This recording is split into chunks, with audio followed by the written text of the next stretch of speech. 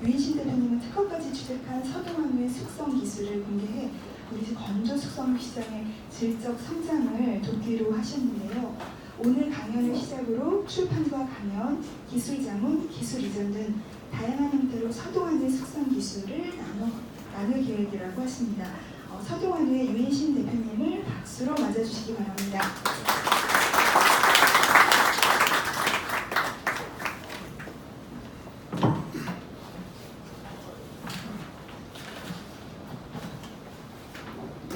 방금 소개받은 서동환우 유인신입니다. 반갑습니다. 숙성이 요즘 화두가 되고 있죠. 외식시장에서 주의시장에서.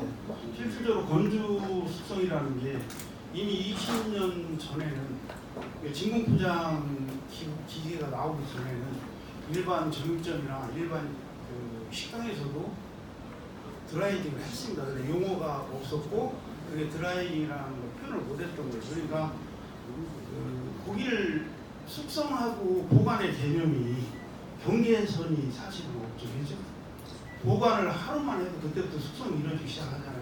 사고관계가 일어나고 이제 숙성이 이루어지는 거기 때문에 하루만 있어도 하루 숙성했다고 이틀 해도 이틀 숙성했다고 이렇게 해서 마케팅용으로 쓰기도 하고 그러는데 실질적으로 경계선을 정확히 나눌 수는 없어요. 저가 97년도에 한우식당을 처음 했을 때 시장에 진공포장이 없었어요. 정육점도 없었고 혹시 있으면 그때 아까 인터뷰 민정 선생님 말씀대로 우리가 90년 이전에는 냉동육을 위주로 했고 90년대가 되면서 이제 냉장육을 했거든요. 그러면서 이제 냉장육이 생고기라 해가지고 시장을 이렇게 점령하기 시작해 냉동육 갖고 하다가 그 전에는 삼겹살을 냉동한 걸 주로 구워 먹다가 90년대 초반부터 한우를 본격적으로 굽기 시작했어요. 그런데 그 전에는 사실 한우는 뭐 명절날 국 끓여 먹고 뭐 생일날 미역국 먹고 이런 거였었죠. 거기에서 이제 90년대 생고기 문화가 유행을 하면서 한우가 굽는 문화가 본격적으로 시작이 됐어요. 그래서 생고기 한우집이 유행을 지금 숙성 유행하듯이 했던 시절인데 그때 당시 진공포장이 없었어요. 혹시 있으면 큰 축협이 있으면 거기 한 대 있을까 말까 했습니다. 그래서 그때 당시 지금 지나가서 생각을 해보면 그때 당시 그 진공포장이 없는 상태에서 생고기집을 운영을 하면서 고기를 보관을 하다 보면 처음에는 저도 이제 고기를 잘 모르고 이제 식당을 시작했기 때문에 냉장고에 고기를 넣어놓으면 끝까지 안 썩는 줄 알았어요. 그래가지고 이제 고기를 냉장고에 넣고 장사를 하는데 며칠 지나니까 냄새도 나고 끈적끈적도 하고 그러더라고요. 지금처럼 뭐 좋은 냉장고도 아니었었고 그때 당시에는 냉장고도 그 호일 이런 걸로 돼가지고 굉장히 뭐 위에서 물도 떨어지고 그래서 굉장히 열악한 상태에서 시작을 했어요. 그래서 처음에 모르고 고기를 몇 마리 해다가 냉장고에다 쫙 다 걸어놨죠. 그래서 차곡차곡 파는데 어느 날 보니까 그 냉장고에서 냄새도 나고 이상하더라고요. 그래서 이제 잘 모르니까 냄새 맡아보니까 좀 이상해. 이걸 먹어봤어요. 이상 없어. 이게 이제 고기가 그냥 냉장고에 놓으면 오래 보관되는 게 아닌 거구나. 거기서부터 이제 고기를 오래 보관하는 방법을 연구하기 시작한 거예요.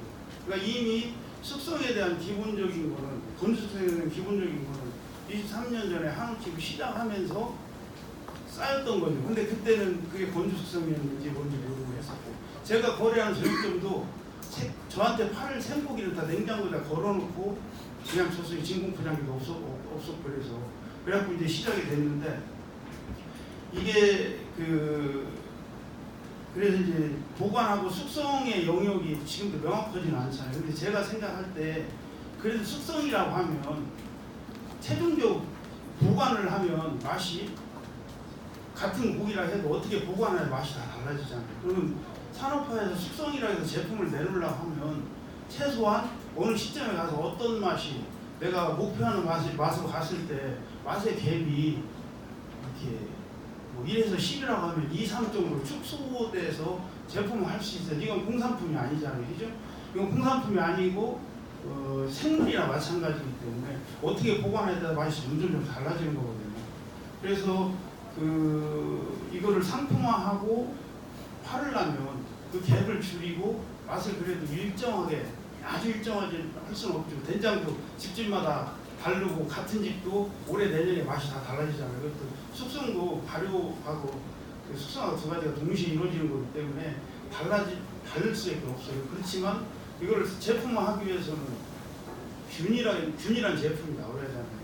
그리고 이제 이거를 유통시키는 사람하고 유통시키는 기술을 필요로 하는 사람이 있을 테고 또 우리 매장에서만 쓸 정도 되는 기술이 있어야 필요한 사람도 있을 거예요. 그래서 그 상황에 따라서 기술의 방법도 다릅니다. 냉장고 크기도 달라져야 되고 컨트롤하는 방법도 다 달라집니다.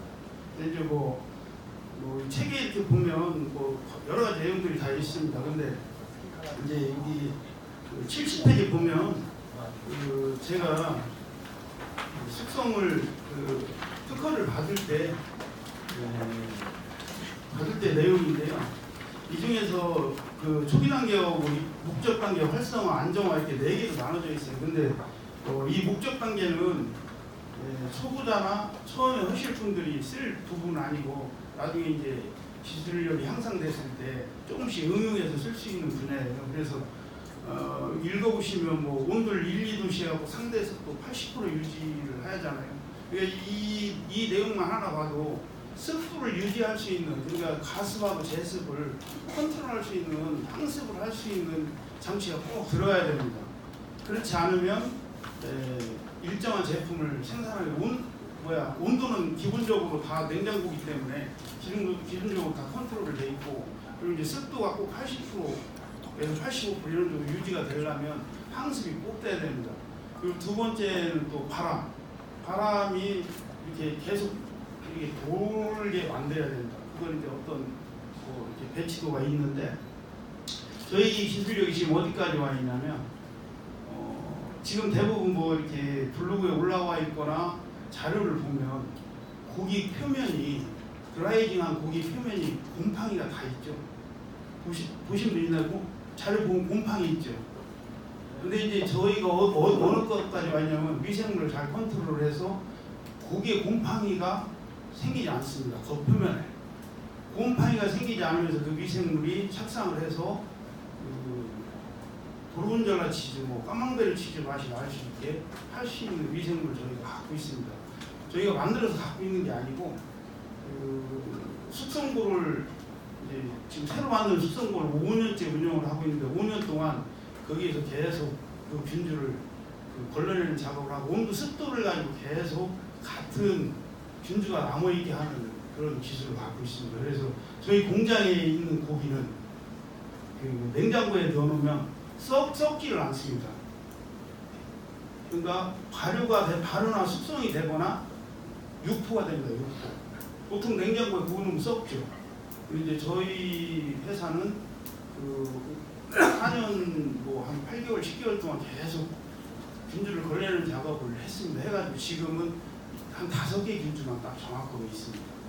근데 그거는 그 5개 균주를 우리가 역부로 만드는 게 아니라 우리가 생각하는 온도에 놓고 계속 사용을 하다 보니까 그 균주만 남아있는 겁니다.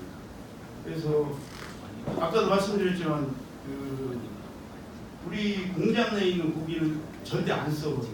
그러니까 칼 도마를 저희가 1년 동안 안 닦고 씁니다. 1년 동안 안 닦고 쓰는데 왜 그러냐면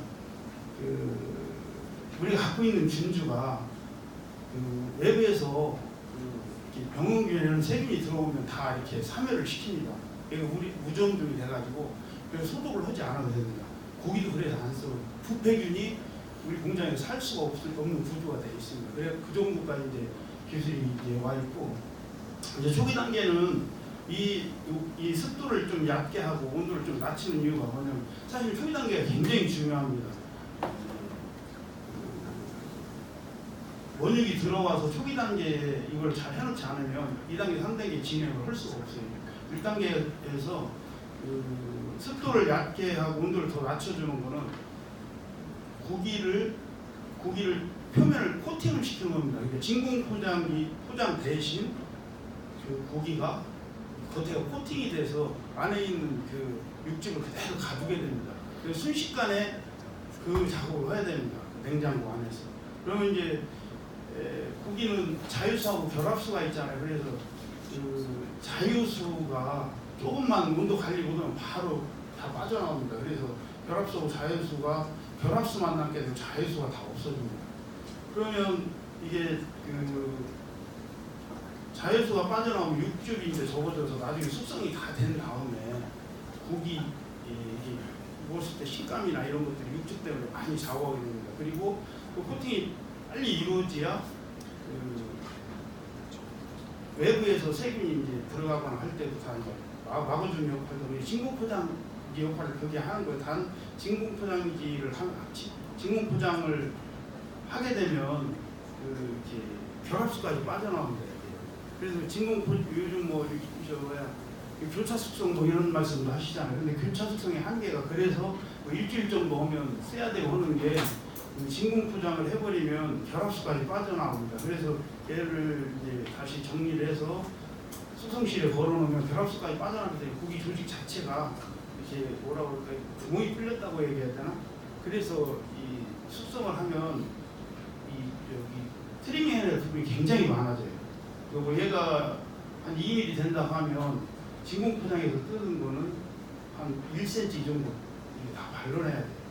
그리고 이제 고기 맛도 그 결합수까지 빠져나왔기 때문에 나중에 고기 맛도 이렇게 빠지고 이렇게 원하는 목적만큼 이게 맛을 낼 수가 없어요.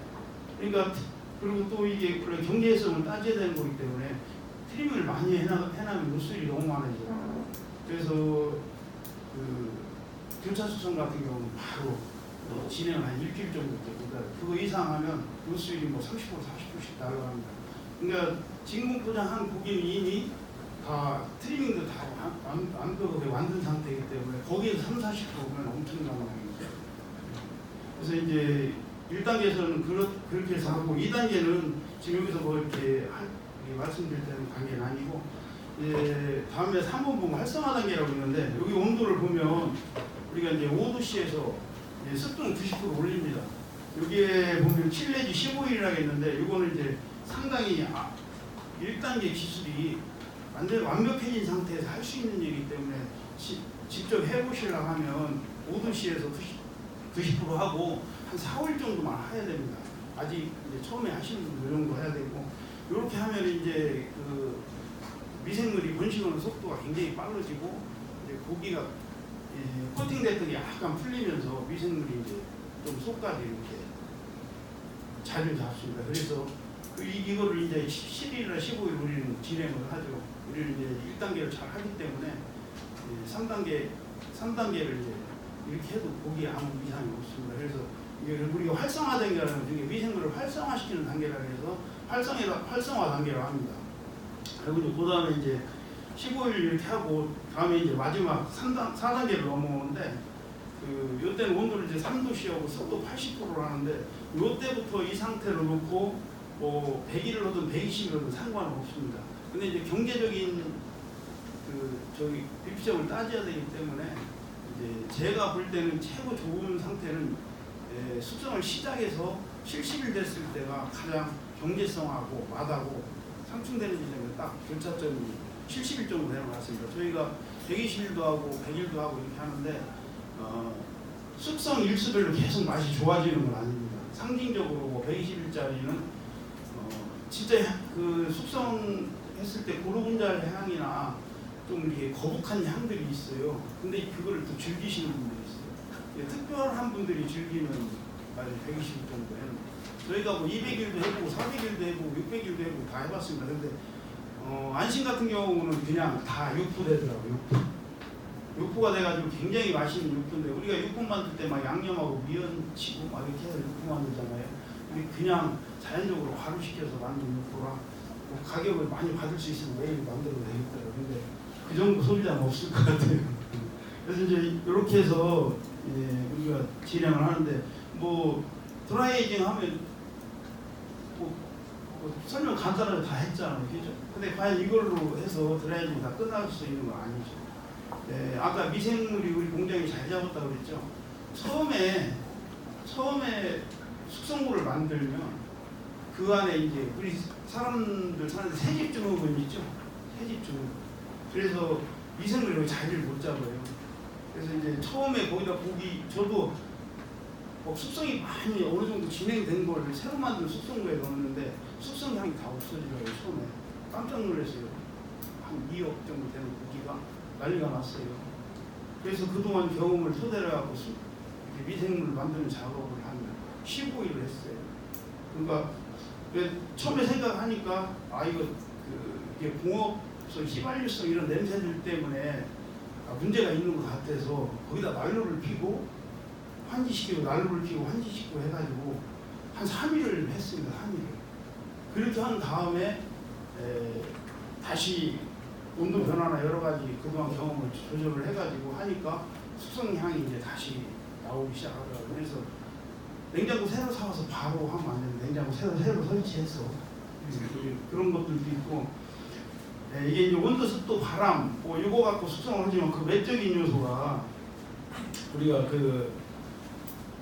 여러 가지가 있죠. 외적인 요소가 아직 새집 증후군도 저기를 해야 되고 또 원육을 어떻게 구입하느냐 달렸죠. 아까 교차 숙성 얘기했죠. 진공 포장한 거 가져다 하면 긴 세월 못합니다. 딥드라이징 못하고 잠깐 할 수 있다. 잠깐 하면 어떤 효과가 있냐. 그러니까 식당을 조그맣게 하시거나 하시는 분들은 고기를 이렇게 냉장고에다 진공 포장을 뜯은 상태에서 놓으면 갈색으로 이렇게 변하잖아요. 갈색으로 변했을 때는 먹어도 아무 이상 없습니다. 거기까지. 그래갖고 일주일 정도 하면 고기를 구웠을 때 그때 핏물이 덜 나옵니다.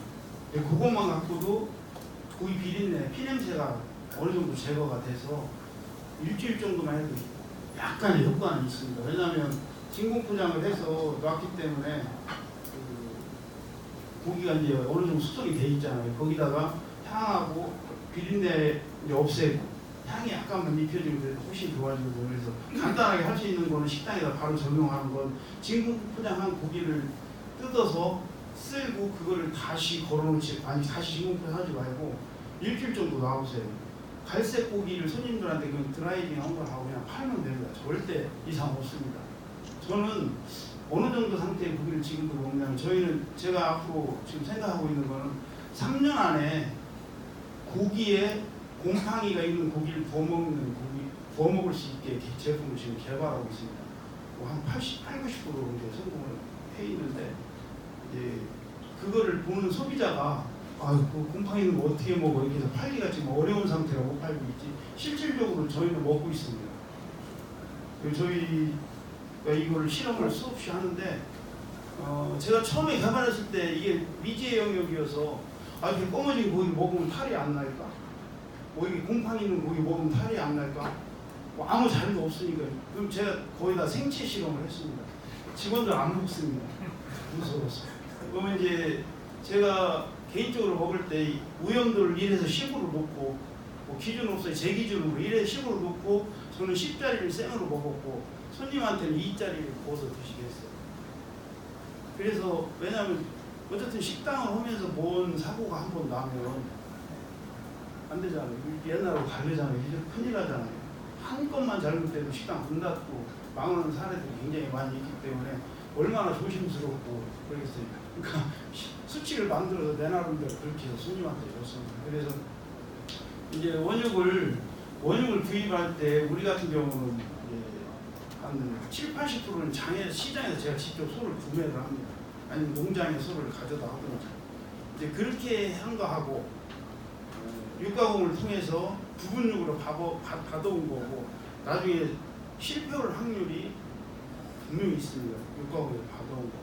그래서 오면서 고기가 이렇게 원래 등급 판정을 할 때 고기 심고 온도가 5도씨 정도 됐을 때 이렇게 등급 판정을 하거든요. 그럼 나는 고기를 가져다가 5도씨 이상을 올리면 안 돼요. 5도씨 이하로 떨어뜨리지 올리면 안 돼요. 그럼 이제 그때부터는 이제 결합수까지 나오기 시작하는 거예요. 오기 넘어가요. 그래서 그런 부분 때문에 다른 육가공장에서 고기육을 가져오면 문제가 될 수 있고 그리고 이제 크게 해서 아까 말씀드린 상업화 한다고 하면 시설을 진짜 잘해야 되는데 이거 왜냐하면 컨트롤이 완전히 돼야 돼. 내가 쓰는 거는 상태가 조금 적용 같은 거 빨리 써도 되잖아요. 그죠?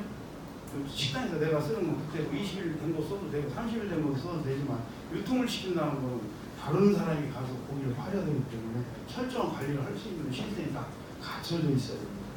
근데 이제 그 등급별 시설이 그래서 중요하고, 그리고 이 맛을 예를 들어 저한테 기술을 전수받아서 똑같이 해도 집집마다 맛이 달라집니다. 근데 이제 처음에 비슷하게 나오려면 저희가 갖고 있는 균주를 가져다가 그 숙성시에 균주를 입혀야 됩니다. 지금 시간 얼마나 됐죠? 한 5분에서 7분 남았습니다. 그래서 나는 뭐 이렇게 어쨌든 그 저희가 이게 특허를 내고 이렇게 하면서 이 시장에 진입을 했는데 진짜 어렵습니다. 왜냐하면 우리가 소비하는 게 음식을 먹는 거는 습달들, 그러니까 자꾸 많이 접해서 먹은 게 입에 이렇게 길들여져 있어서 그게 맛있게 느껴지는 거거든요. 예를 들어서 어디선가 마칼라미스트가 뭐 떡볶이는 맛없다 해가지고 한참 논쟁이 된 적 있잖아요. 그 주장은 뭐냐면 떡볶이를 우리가 많이 먹어서 맛있게 느끼는 거지 원래 맛있는 음식이 아니다.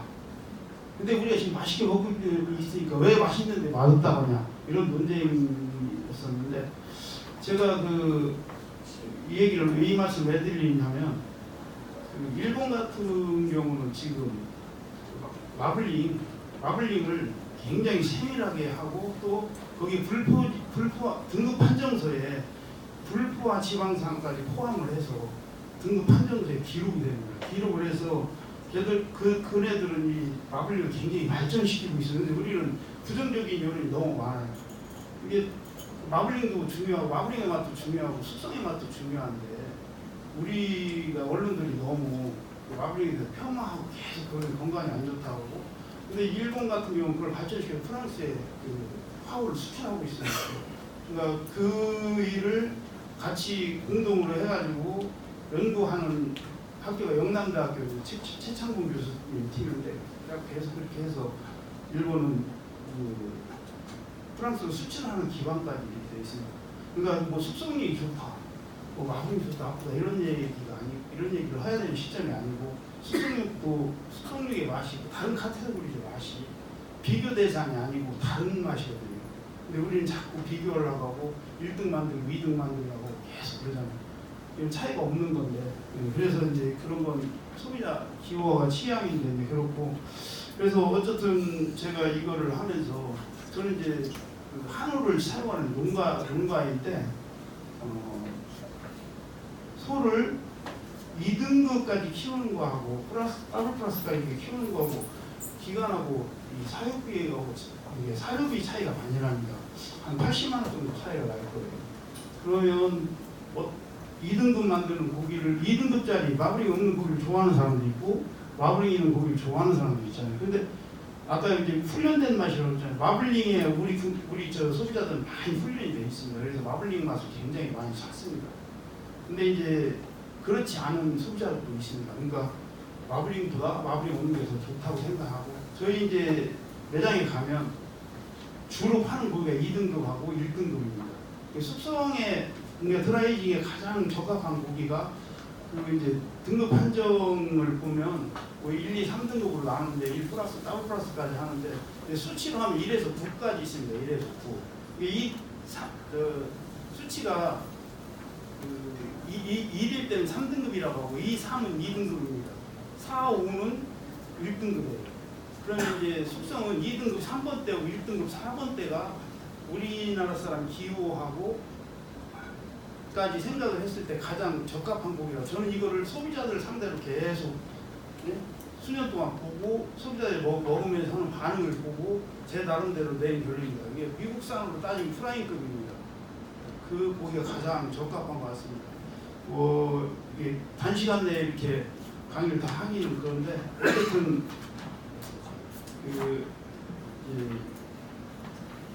다음에 또 심화 과정을 한다든가 어떤 방법을 해서 꼭 필요하신 분 있으면 또 깊이 들어갈 수 있는 시간 갖도록 하겠습니다. 감사합니다.